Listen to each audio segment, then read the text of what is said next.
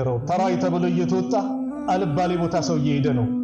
ወንድ ሴቱ ከኢሻ በኋላ እየተገናኘ ነው። ይሄ ለምን አይነገርም ብሎ ስሞት ያቀርባሉ። ሁሌም ይደውላሉ። ካለ ከባድ ነው ሐቂቃ። ለምን ረመዳን ለሚሰራ ወንጀል እንደሌላ ወር አይደለም። ረመዳን ላይ የምንሰራው ኸይር ስራ በጣም ከባድ እንደመሆኑ ወንጀሉም ከባድ ነው። ወንድሞች እህቶች፣ በዚህ ላይ የተፈተንን ካለን አላህን እንፍራ። ከአሁኗ ሰዓት ከዛሬው ምሽት ጀምረን ያ ረብ ምህረት ለግሰን ብለን እናቁም። በሰላት ስም ተወጥቶ ሌላ ቦታ ሚዞር ከሆነ አላህን እንፍራ። በዚህ ላይ የወደቅን ካለን አላህን ለመገዛት ብለን በአላህ ስም ወጥተን የአላህን ቤት ልንዘይር ነው ዒባዳ ልናደርግ ነው ብለን ወጥተን ሌላ ቦታ ልንሄድ ከሆነ ወላሂ በዘመኑ ቋንቋ ሼም ነው። በጣም ሼም፣ በጣም ያሳፍራል። ዛሬ ካላፈርን መቼ ነው የምናፍር? ይሄ ይስተካከል። ስለዚህ አላህ መልእክተኛ የረመዳን 10 ሌሊቶች ሲገቡ የመጨረሻዎቹ ማለት ነው ሌሊቱን ሕያው ያደርጉታል። ወአይቀዘ አህለሁ ቤተሰቦቻቸውን ደግሞ ሱብሃንአላህ ያነቃሉ። ነሸጥ በሉ ይላሉ፣ ያነቋቸዋል በዒባዳ። ስለዚህ ወንድሜ ለራስ ብቻ አድርግ። ሚስትህንም አንቃት፣ የቤት ኻዲሞች ካሉ አንቃቸው፣ ልጆችህን አንቃቸው። ጀግናውን ሌሊቱን በቁርአን ያሳልፉት፣ ዱዓ እያደረጉ ያሳልፉት። እንዲነቁ እናድርግ። ወጀደ ወሸደ አልሚዕዛ ትጥቃቸውን ይታጠቃሉ። አንድ እኮ ትጥቅ ሲታጠቅ መሳሪያውን ሲጠቀም ከባድ ፊልም አለ፣ ፊልም ምፋለሙ አለ፣ መታገለው አለ ብሎ ሲያስብ አይደል? ነብዩ ደግሞ በኢባዳ ለመታገል በቃ ሽርጣቸውን ይታጠቃል። ጀግና ሆነው እነዚህ ሌሊቶች ያሳልፉታል። እነዚህ ሌሊት ዳጋ ምን አለው ከተባለ ያው ሁላችንም እንመኛት ምን ከጅለው ለይለቱል ቀድር ያሉት በእነዚህ 10 ሌሊቶች ናቸው። በእነዚህ 10 ሌሊቶች እንደው እንዳያመልጥ ኸይር ነገር የተነፈገ ማለት ይቺ ሌሊት የተነፈገ ሰው ነው አሉ ነብዩ ሰለላሁ ዐለይሂ ወሰለም። 1000 ወር በላይ አለ ነብዩ እኮ ተመኙ። ረሱል ሰለላሁ ዐለይሂ ወሰለም ከበኒ እስራኤል አንድ ዜና ደረሳቸው። አንድ ሰው رجلا من بني إسرائيل تبرع مع كل عملية مع بطاقة إحسان من بنك D360.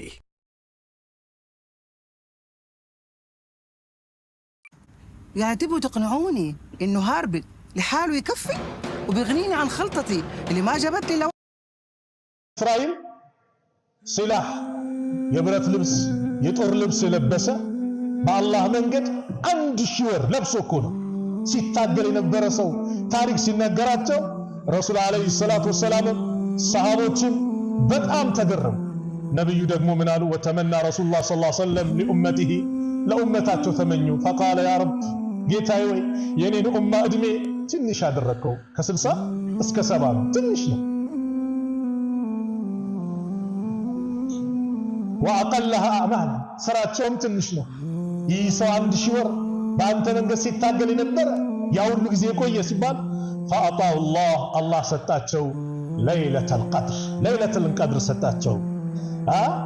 ኸይሩን ሚን 1000 ሸህር ከ1000 ወር የበለጠ ማለት ነው ለይለቱል ቀድር ማለት። ይህንን ለይለቱል ቀድር ለማግኘት ሁላችንም ልንጥር ይገባል። እስቲ አያውን እንተንትኑ። አላህ ለይለቱል ቀድር ማለት ቁርአን የወረደበት ማለት ኢና አንዘልናሁ ፊ ለይለቱል ቀድር እኛ ውሳኔ በሚወሰንባት ሌሊት ላይ ምን አደረግን? ቁርአንን አወረድነው። አዎ ከለህወል መሕፉዝ በይተል ዒዛ ሰማዕ ዱንያ እዛ ድረስ 30 ግዙ በአጠቃላይ ወርዷል ሙሉ። ከዛ በኋላ ነው በ23 ዓመት እንደየሁኔታው እንደሚከሰተው ክስተት ቀስ በቀስ እያለ አላህ ረሱል ሰለላሁ ዐለይሂ ወሰለም ላይ ያወረደው እንጂ ሙሉ ለሙሉ የወረደበት ማለት ነው። ቁርአንን አውርደነዋል አለ አላህ። ወማ አድራከ ማ ለይለቱል ቀድር ተዕዚመን ሊሸእኒሃ እሷን ከፍ ለማድረግ ለይለቱል ቀድር ምን አሳወቀ?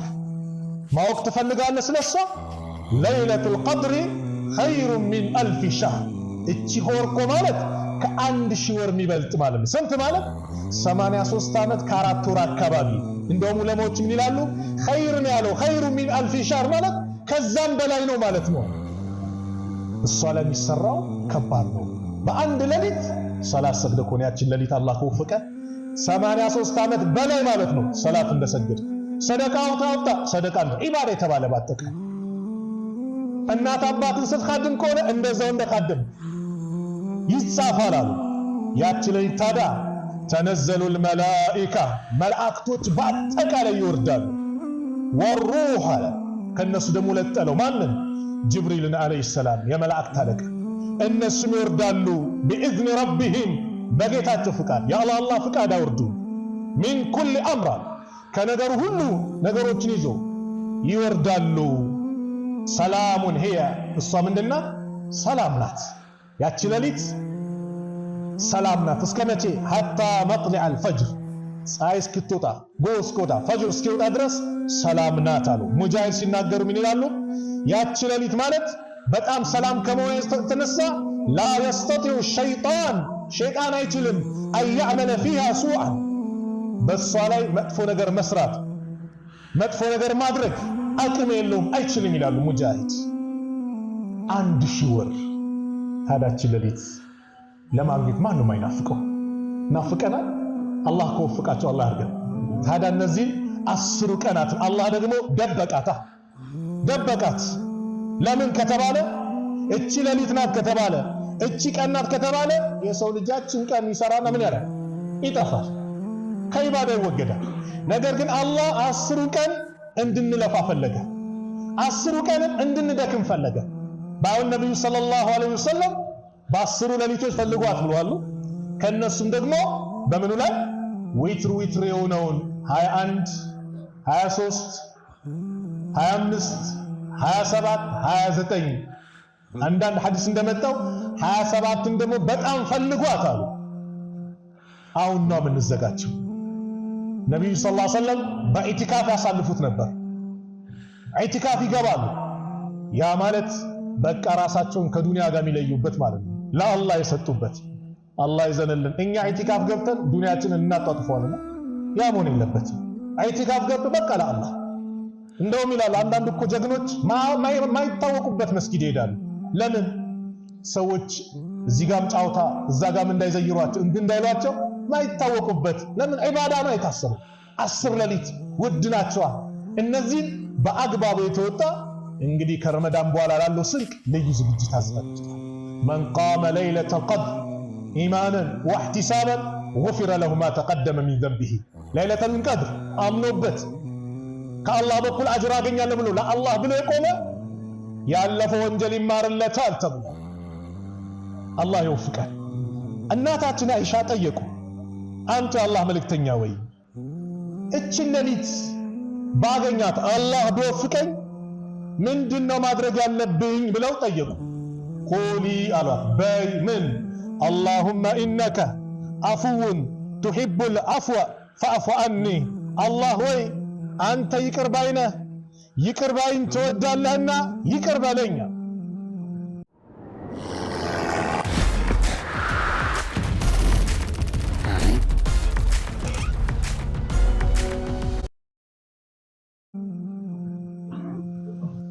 አላህን የምንለምንበት፣ አላህን የምንዘክርበት፣ ከአላህ ጋር ያለን ግንኙነት የምናሳምርበት ነውና የመጀመሪያው በዱዓ እንበርታ። በዱዓ ላይ ጠንካራ ነው። ሰነፍ ማለት በዱዓ የሰነፈ ነው። በዱዓ የሰነፈ ነው። ረመዳን አሁን ያሉትንም ቀናት አላህ ካስገባን በእነዚህ ደግሞ ሌሊቶች ደግሞ በጣም ዱዓ ላይ ልንበረታታ ይገባል። አላህን ስንለምነው እርግጠኛ ሆነን እንለምነው። ኡድኡላህ ወአንቱም ሙቂኑነ ቢልኢጃባ። አላህን እንደሚቀበላችሁ እርግጠኛ ሆናችሁ ለምኑት አሉ የአላህ መልእክተኛ ነብዩ ሰለላሁ ዐለይሂ ወሰለም። ከሰጠኝ ይስጠኝ ካልሰጠኝ አይስጠኝ እንዳትል አላህ አስገዳጅ የለውም። ጋፍላ ሆነን አላህ ዱዓን አይቀበልም። ጋፊል ከሆነ ቀልብ አላህ ዱዓን አይቀበልም። አላህ የሚቀበለው ተመስጠው ቀልባቸውን ለሱ የሰጡትን ሰዎች እርግጠኛ ከሆኑ ሰዎች አላህ ዱዓ ይቀበላል። ስለዚህ አላህን ሐጃ የለብንም? የለም እንዴ? ሐጃችን ብዙ ነው። ወላሂ የሰው ሐጃ ብዙ ነው። ሐጃችንን እድል ነው ፉርሳ ነውና እንጠቀምበት። በእነዚህ ሌሊቶች እንጠቀምበት። በእነዚህ ቀሪ ቀናቶች እንጠቀምበት። ያ ረብ እንበል፣ አላህን እንማጸነው። አላህ ቸዋል የአላህ መልእክተኛ